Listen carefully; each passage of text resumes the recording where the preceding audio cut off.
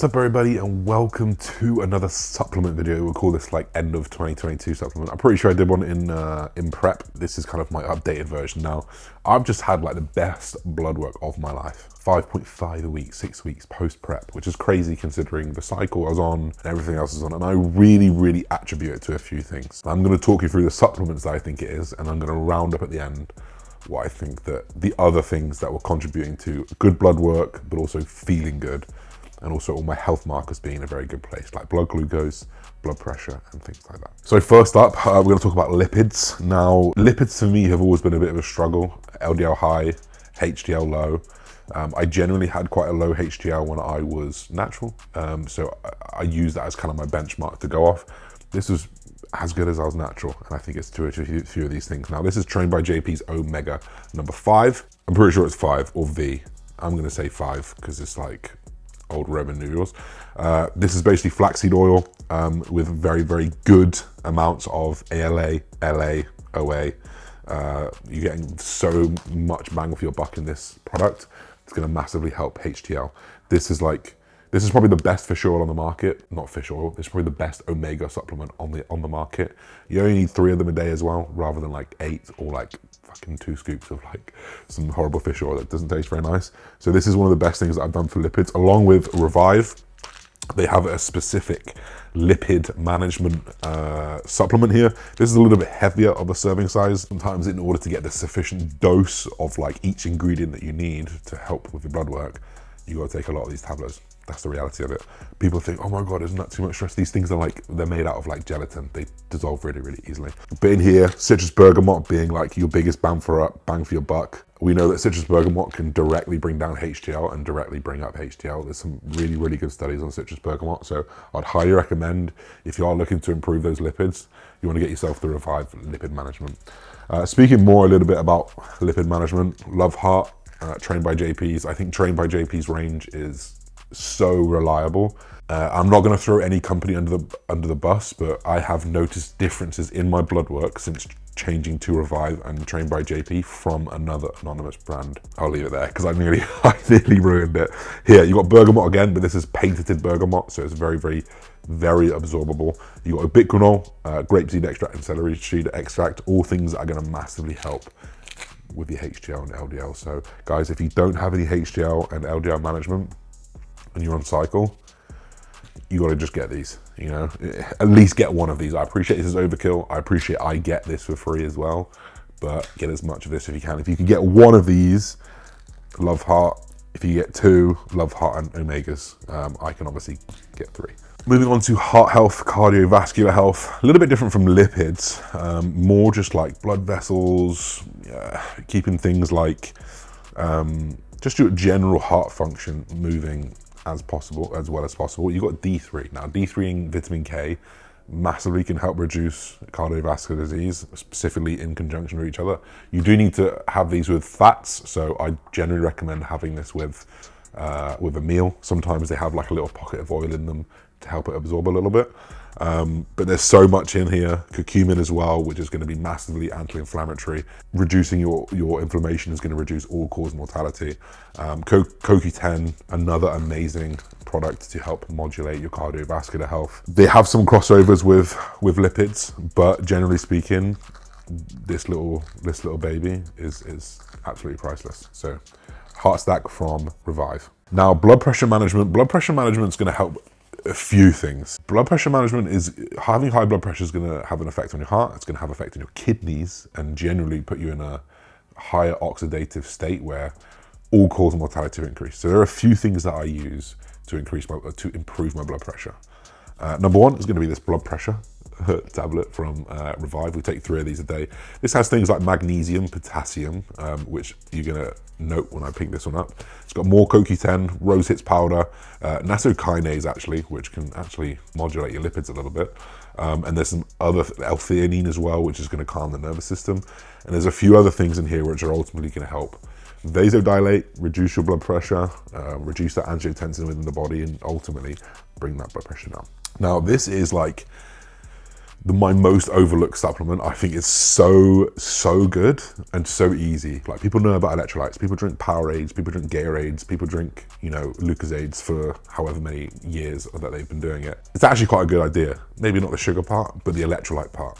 Why? Because electrolyte management can massively improve your blood pressure. Cell hydration can improve your blood glucose, but also it can help your brain function, can help your sodium and potassium make your body contract. If you lack any of those, you're gonna have insufficient contractions, insufficient muscular contractions within the gym. So getting yourself an easy electrolyte powder is just gonna be absolutely, it's a gold mine for what it is, you know, and it tastes lush as well. So this is my favorite one from Supplement Needs. It's Dr. Dean's Electrolyte Plus, 30 servings, blackcurrant burst. I put this with my pre-workout, and it's just gonna help, you know, keep me hydrated throughout the day. If I feel like I sweat an exorbitant amount, or if I'm in a hot country, I'll go up to 2 servings of this. But it's a really, really good way to get potassium in. Getting as much potassium as is in here from a banana, you have to have like 6 bananas. Do you want 6 bananas? Yeah, all right, go enjoy it. But you probably need like double this every single day. So to get the amount of potassium that you need, which is amazing for carbohydrate function, uptake, but also that cellular fluid management that we talk about, and actually pulling fluid into the muscle, you're probably gonna need an electrolyte powder to get enough potassium in if you don't have low salt. So that's really, really important. So one more thing for blood pressure. I know there's a lot for blood pressure. I have high blood pressure. I have bad kidneys. I want to protect them. Astragalus. Astragalus has been shown to work pretty well to bring down creatine kinase, creatinine, and improve kidney markers at about 8,000 milligrams. So this supplement here, 1,000 milligram a tab, you have to take 8 tabs a day. Citrus bergamot, beetroot extract, hawthorn berry extract, and goldenrod, all things that promote blood flow, all things that promote healthy cardiovascular system, healthy veins, and allow blood pressure just to be a little bit more regular. You can still hit it with a hammer and blunt all of these blood pressure things that are going to help, but this can help just maintain that the best as possible and mitigate as much of the damage as you're potentially doing. To finish up on blood pressure, telmisartan. Telmisartan is an angiotensin receptor blocker. It is blood pressure medication. It is not a supplement like this. It's something you would have to get from a steroid dealer, from a doctor, or get prescribed. I'm of the opinion that everyone who uses anabolics in any capacity should be using telmisartan and or an ARB, an angiotensin receptor blocker. Any amount of anabolics is going to increase the angiotensin within your body. Increasing angiotensin increases blood pressure, increases heart attack probability, all those types of things. The reason why we choose telmisartan over any other angiotensin receptor blocker is because it looks like it's brain protective, it looks like it's kidney protective, and heart protective, as well as modulating blood pressure. So it's got like more bang for your buck. It still reduces blood pressure like all the other ARBs do, or ACE inhibitors, but it has these extra effects that we like. So if you don't have telmisartan, I would implore you to try and get telmisartan. And that's like, I would choose this over all of these if I had one, but I would never choose one. People ask me, if you could only choose one supplement on steroids, you don't. You choose all of them, because you're quite literally attacking your body from so many angles. You need like shields to get them from all the different angles. So that's blood pressure, cholesterol, heart.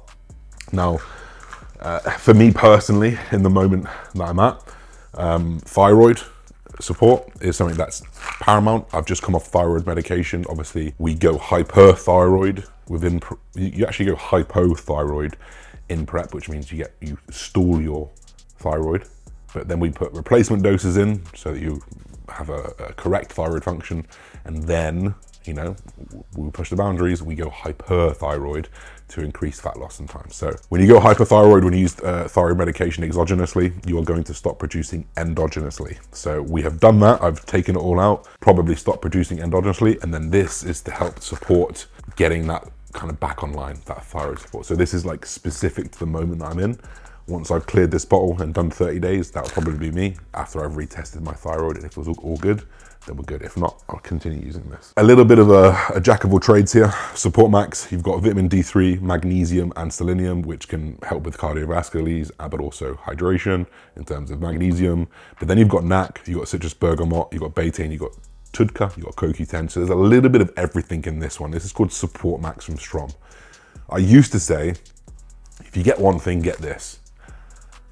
I want to say that, But I really don't think you should miss some of this stuff as well. This is just like touching all the areas. When you can really come in and you can reinforce on the areas a little bit more tactically, I think you should. So support max, a little bit of everything. Finally, liver. Liver for me is, while liver is very regenerative and we can take a lot of damage as such, it doesn't mean you want to go do that. You want to support it just as much. Something like NAC, N-L-acetylcysteine, milk thistle, TUDCA, estrogen, bioperine to help with that absorption. TUDCA, you guys might have heard of TUDCA. It's liver protective. That's kind of what we want to be doing here. So you can see that when you use anabolics, you do get, your brain gets attacked, your liver gets attacked, your kidneys do, your heart does, your cholesterol does, your thyroid does. All these different things, they get attacked, and you'd be silly not to protect all of them if you have the means to. I am a little bit on the opinion of, if you cannot afford all this, you shouldn't afford all this. And I think that's a really good way to look at it. So I appreciate this stuff's expensive. I appreciate it's not for everyone. But that is like the stack that I feel has got me as healthy as possible. Now I'm just gonna finish up on what I think else has helped me stay very, very healthy. Number one, I didn't get too fat. This time last year, I was 5 kilos heavier and I was just starting my off season. I am 5 kilos leaner. I've got 5 kilos more muscle. That's like potentially 10 kilos less fat that I have than last year. Having higher body fat, it's gonna put more stress on your heart, more stress on your liver, more stress on everything, especially kidneys and especially your lipids, which for me last year were obliterated. So that's really, really important. I didn't get too fat. I do cardio every day. I should have been doing this for years. I'll hold my hand up and I'll say I didn't, I fucked up. I should have been doing cardio not every single day, multiple times a week, a minimum of 3 to 4 times a week, to really allow that cardiovascular health to improve, and to keep that rate of gain manageable. You know, it's no good gaining. Imagine just waking up one day and holding a 2 kilo weight for the whole day. That's what you do when you put on 2 kilos overnight and you don't do anything. Or if you put on 2 kilos over the week, imagine 1 week just picking up 2 kilos. Like, it's a lot. It's going to strain you across the day. So unless you bring up your fitness levels to match that or to accumulate to that, you're doing yourself a disservice. So supplementation, nail it. It really, really works. Cardio, it's a must. Off season or not, you have to do it. Don't get too fat. Self-explanatory, really, isn't it? So guys, that is how I feel like I've stayed healthy-ish. Definitely not the most healthy. I am not a doctor. I don't want you to follow what I'm doing. I don't want you to do what I'm doing.